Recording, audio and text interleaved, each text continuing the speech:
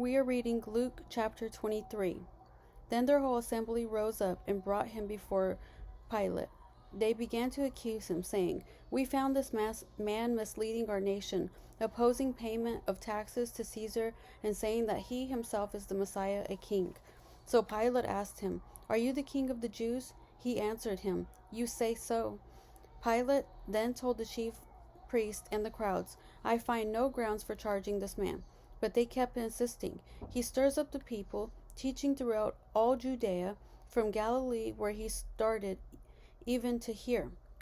When Pilate heard this, he asked if the man was a Galilean. Finding that he was under Herod's jurisdiction, he sent him to Herod, who was also in Jerusalem during those days. Herod was very glad to see Jesus. For a long time he had wanted to see him, because he had heard about him, and was hoping to see what miracles performed by him. So he kept asking him questions, but Jesus did not answer him. The chief priests and the scribes stood by, vehemently accusing him.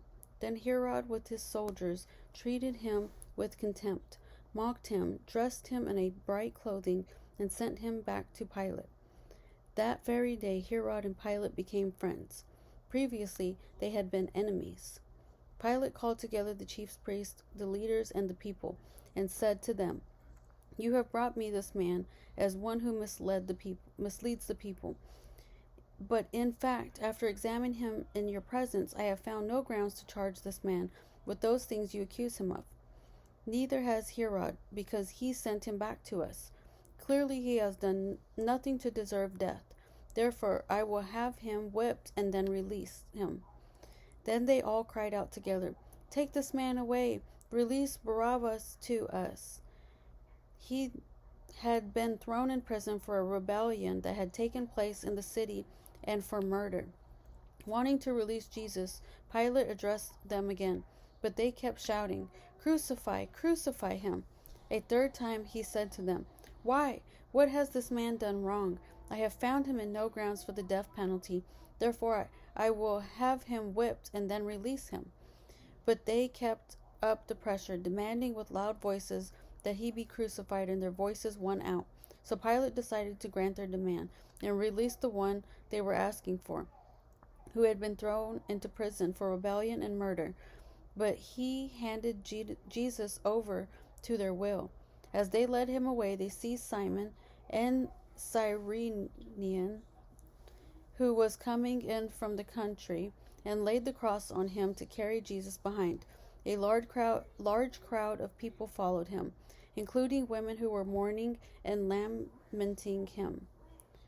But turning to them, Jesus said, "Daughters of Jerusalem, do not weep for me, but weep for yourself and your children.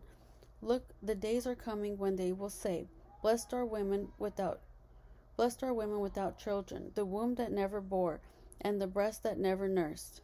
They will begin to say to those mountains, Fall on us, and to the hills, come over, or cover us.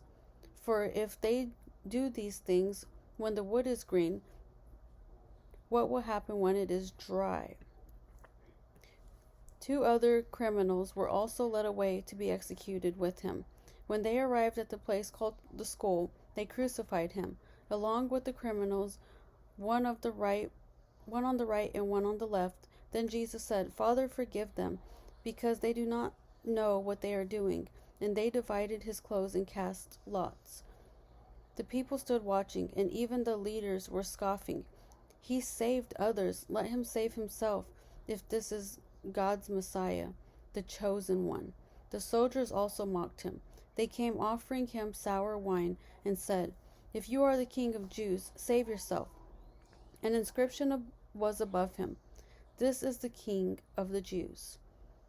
Then one of the criminals hanging there began to yell insults at him. "Aren't you the Messiah? Save yourself and us." But the others answered, rebuking him, "Don't you even fear God, since you are undergoing the same punishment? We are punished justly, because we're getting back what we deserve for the things we did. But this man has done nothing wrong." Then he said, "Jesus, remember when you came into your kingdom."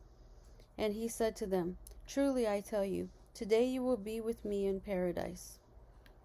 It was now about noon, and darkness came over the whole land until 3 became because the sun's light failed. The curtain of the sanctuary was split down the middle, and Jesus called out with a loud voice, "Father, into your hands I entrust my spirit." Saying this, he breathed his last. When the centurion saw what happened, he began to glorify God, saying, "This man really was righteous." All the crowd that had gathered for the spectacle, when they saw what had taken place, they went, striking their chests. But all who knew him, including the women who had followed him from Galilee, stood at a distance, watching these things. There was a good and righteous man named Joseph, a member of the Sanhedrin, who had not agreed with their plan and action. He was from Arimathea, a Judean town, and was looking forward to the kingdom of God. He approached Pilate and asked for Jesus' body. Taking it down, he wrapped it in fine linen and placed it in a tomb cut into the rock where no one had ever been placed.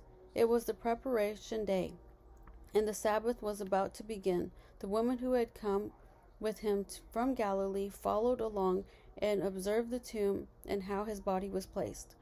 Then they returned and prepared spices and perfumes, and they rested on the Sabbath according to the commandment.